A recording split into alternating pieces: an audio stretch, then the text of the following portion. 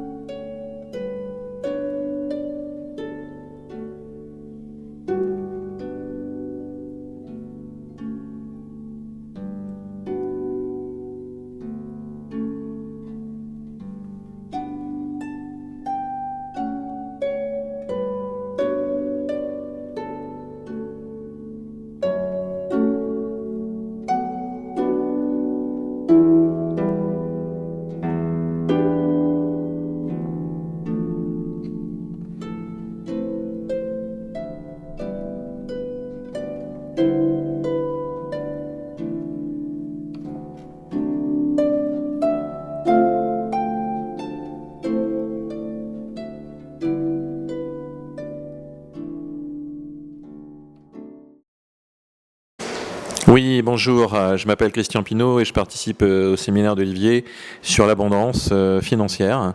Donc ce stage qui a lieu pendant 2 jours et demi et qui va nous permettre d'avancer très loin effectivement dans notre abondance à nous, personnelle, et dans la prospérité financière. Voilà. Je suis Pascal, je viens du Var et c'est le 3e séminaire que je suis avec Olivier Madelrieux. Les 2 premiers étaient sur le Ho'oponopono et celui-ci c'est un séminaire sur l'abondance financière.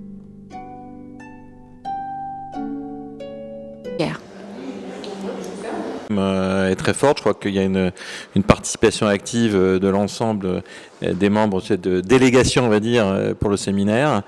Et c'est vrai qu'Olivier lui-même dégage une énergie pas possible, donc ça se retransmet effectivement à tous les participants. C'était un petit peu mou, je dois l'avouer, hier soir, parce que là on était plus dans l'écoute. Et au fur et à mesure que l'événement se déroule, il y a une participation beaucoup plus active de chacun, et là on sent que l'ambiance commence à monter et que tout le monde commence à prendre ses repères. Dans quelle énergie je me sens très concentrée parce que ça fait bouger des choses très profondes, ça fait aller chercher très au fond de soi un certain nombre de croyances que l'on peut avoir par rapport à l'abondance. Et ça remet en question, quoi, ça interpelle. Moi, ça m'interpelle effectivement. Pour le moment, je suis, je dirais, toute oui. Et donc voilà, j'attends la suite avec impatience.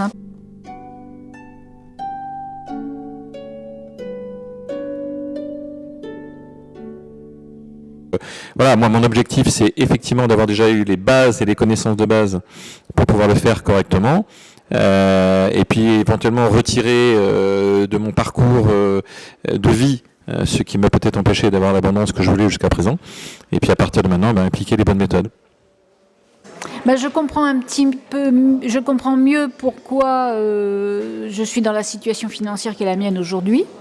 Déjà, je découvre ce qu'il y a en dessous qui remonte à très très loin. Et puis, comment j'envisage mon avenir financier maintenant, avec un petit peu plus de sourire, parce que j'ai bien l'intention, je ne suis pas là seulement pour apprendre, mais surtout pour mettre en pratique ce que j'apprends, parce que sinon ça ne sert à rien. Et donc mettre en œuvre, à partir de ce que je vis ici pendant ce séminaire, mettre en œuvre ce qui convient pour améliorer mon avenir financier, parce qu'il n'est jamais trop tard pour bien faire.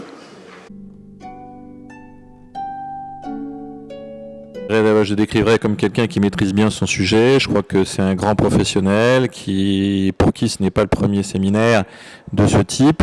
Il a une très bonne connaissance de la biologie, de la physiologie, et de la psychologie, un peu de psychiatrie peut-être aussi. Donc tout ça réuni fait qu'en fait ça n'en fait pas un gourou, on va dire, classique, qui vient simplement instruire pour le plaisir, mais qui donne des pistes intéressantes et qui sont des pistes individuelles. Alors Olivier, c'est quelqu'un que j'apprécie énormément parce que c'est quelqu'un qui ne se contente pas d'enseigner. Ce qu'il enseigne, il l'a vécu, il l'a expérimenté et il en parle en connaissance de cause. Ça n'est pas seulement la répétition de quelque chose qu'il a lu, c'est vraiment son expérience qui met au service des autres, finalement, pour le bien-être de l'humanité, je dirais. C'est quelqu'un de très humble, qui a une grande culture, une grande intelligence, une grande ouverture d'esprit, qui est généreux, qui est toujours dans la bienveillance et que j'apprécie énormément. Voilà.